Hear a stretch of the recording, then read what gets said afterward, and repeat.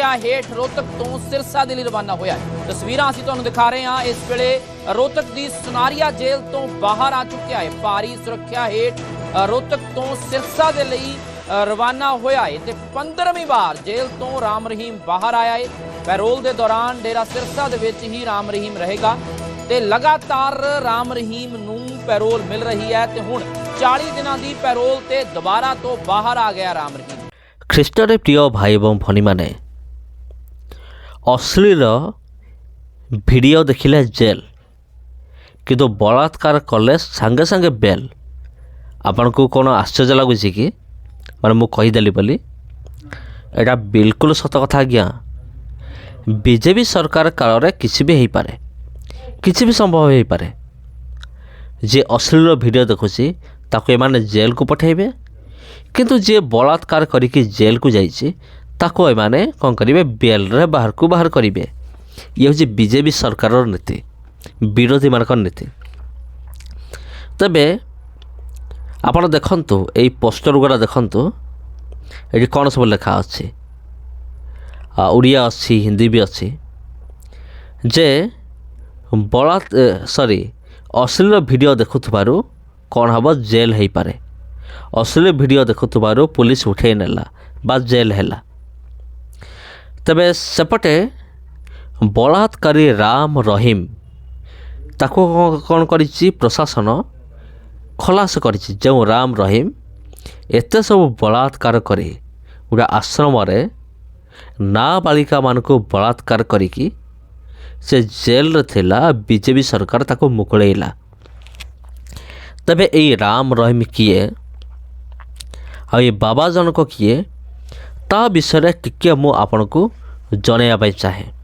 ସେଥିପାଇଁ ଭିଡ଼ିଓକୁ ଆପଣ ଦେଖୁଥାନ୍ତୁ। ଇଏ କିଏ, କେମିତି ଜେଲ୍ ଗଲା, ଆଉ ୟା ସହିତ କ'ଣ ହେଲା, କିଏ ତାକୁ ଧରିଲା, ମୁଁ ଅଳ୍ପ କିଛି ମୁଁ ଜଣାଇବି। ଭିଡ଼ିଓକୁ ଦେଖୁଥାନ୍ତୁ। ହରିୟାଣା ରାଜ୍ୟର ହିସାର ଜିଲ୍ଲାରେ ଏକ ପତ୍ର ଭିତିରିଆ ଭାବରେ ପ୍ରକାଶ ପାଇଥିଲା, ଯେଉଁଥିରେ ଲେଖାଥିଲା, ମୋ ପରି ଏହି ଆଶ୍ରମରେ ଶହ ଶହ ଝିଅମାନଙ୍କର ଶାରୀରିକ ଶୋଷଣ ହେଉଅଛି ବା ଯୌନ ଶୋଷଣ ହେଉଅଛି। ବାବା ମହାରାଜ ଆମ୍ଭମାନଙ୍କୁ ବଳାତ୍କାର ପ୍ରତିଦିନ କରନ୍ତି। ତାପରେ ପରେ ରଣଜିତ ସିଂ ନାମରେ ଜଣେ ବ୍ୟକ୍ତିଙ୍କୁ ହତ୍ୟା କରି ଦିଆଯାଇଥିଲା, କାରଣ ବାବାଙ୍କର ସନ୍ଦେହ ଥିଲା ଯେ ରଣଜିତ ସିଂ ଏହି ପତ୍ରକୁ ଲିକ୍ କରିଦେବ କି। ତାପରେ ଜଣେ ପତ୍ରକାର ଏହି ପତ୍ରକୁ ଖବରକାଗଜରେ ଛପେଇ ଦେଇଥିଲେ।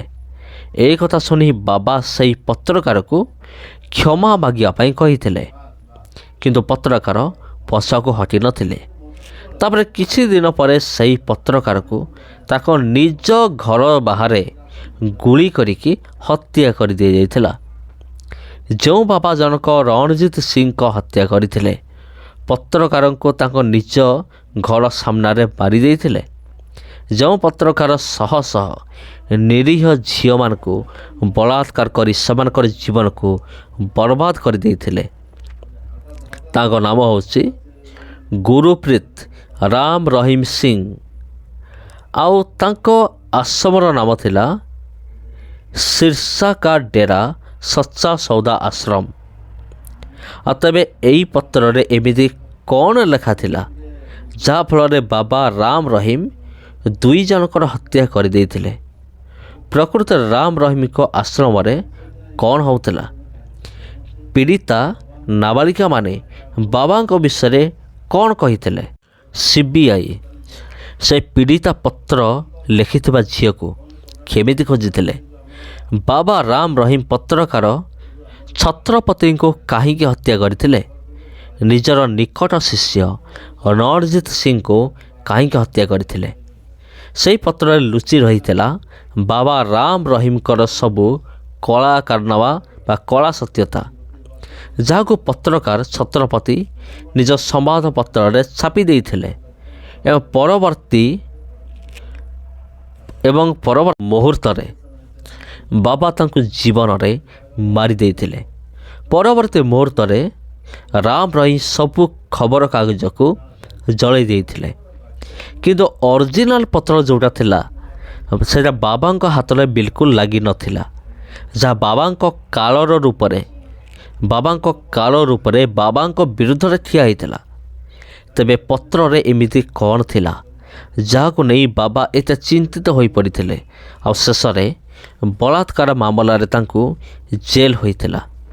ସେହି ପତ୍ରରେ ଏମିତି ଲେଖାଯାଇଥିଲା, 2 ବର୍ଷ ପୂର୍ବରୁ ସଧବା ହୋଇଥିଲେ ମହାରାଜ ଗୁରୁପ୍ରୀତ ରାମ ରହିମ ମୋତେ ଗୋଟିଏ ଦିନ କହିଥିଲେ ଯେ ରାତି 10ଟା ବେଳେ ତୁମେ ଗୁମ୍ଫାରେ ଯାଇ ପହଞ୍ଚିବ।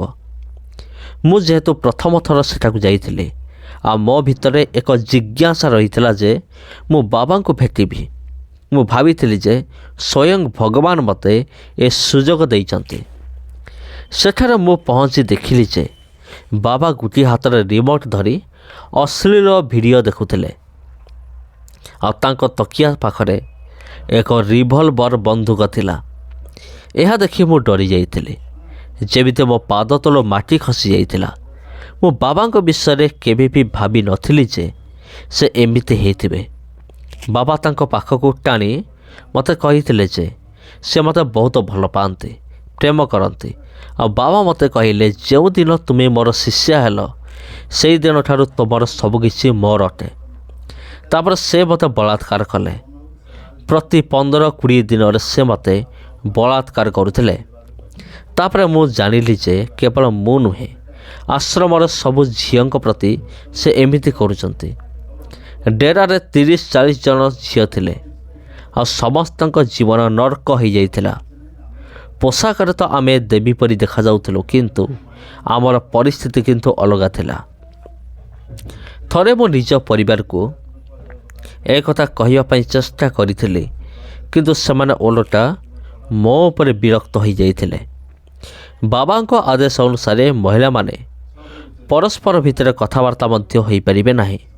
ନିଜ ପରିବାର ସହିତ ମଧ୍ୟ କଥା ହେବା ମନା ଅଟେ।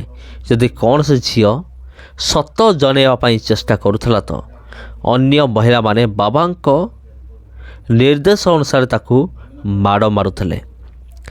ତେବେ ଇଏ ହେଉଛି ବାବା ରାମ ରହିମର ସତ୍ୟତା। ତେବେ ରଣଜିତ ସିଂ ସହିତ ଏ ଚିଠିର ସମ୍ପର୍କ କ'ଣ? ତେବେ ପ୍ରିୟ ବନ୍ଧୁଗଣ, ରଣଜିତ ସିଂ ସହିତ ଚିଠିର ସମ୍ପର୍କ ଅଛି।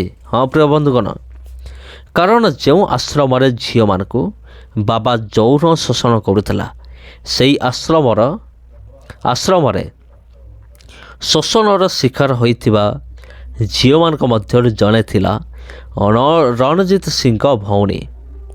ଆଉ ରଣଜିତ ସିଂ ବାବାଙ୍କ ପ୍ରିୟ ଶିଷ୍ୟମାନଙ୍କ ମଧ୍ୟରୁ ଜଣେ ଥିଲେ। ସେଥିପାଇଁ ଧରା ନ ପଡ଼ିବା ଭୟରେ ବାବା ରଣଜିତ ସିଂଙ୍କୁ ହତ୍ୟା କରିଦେଇଥିଲେ। ତାପରେ ସିବିଆଇ ଯାଞ୍ଚ ପରେ ସବୁ ପ୍ରମାଣ ସାମ୍ନାକୁ ଆସିଲା। ସବୁ ପ୍ରମାଣକୁ ଆଧାର କରି ରାମ ରହିମକୁ ଜେଲ୍ ହୋଇଯାଇଥିଲା। କିନ୍ତୁ ଏବେ ବିଜେପି ସରକାର ଆସିଲା ପରେ ରାମ ରହିମକୁ ଖଲାସ କରିଦିଆଯାଇଥିଲା। ତେବେ ସରକାରଙ୍କ ନୂଆ ଆଇନ ଅନୁଯାୟୀ ଯିଏ ଅଶ୍ଳୀଳ ଭିଡ଼ିଓ ଦେଖିବ ତାକୁ ଜେଲ୍ ହେବ। କିନ୍ତୁ ଦେଖନ୍ତୁ, ରାମ ରହିମ ଜଣେ ବଳାତ୍କାରୀ ମାମଲାରେ ସେ ଜେଲ୍ରେ ଥିଲେ, ତାଙ୍କୁ ମିଳିଲା ବେଲ୍। ମାନେ ଅଶ୍ଳୀଳ ଭିଡ଼ିଓ ଯିଏ ଦେଖିବ ସେ ଯିବ ଜେଲ୍, କିନ୍ତୁ ବଳାତ୍କାର ଯିଏ କରିବ ତାକୁ ମିଳିବ ବେଲ୍। Wow, actually it is very very amazing. ତେବେ ପ୍ରିୟ ବନ୍ଧୁଗଣ, ଏ ଭିଡ଼ିଓକୁ ଆପଣ ପ୍ରବଳ ମାତ୍ରାରେ ସେୟାର କରନ୍ତୁ। ଧନ୍ୟବାଦ।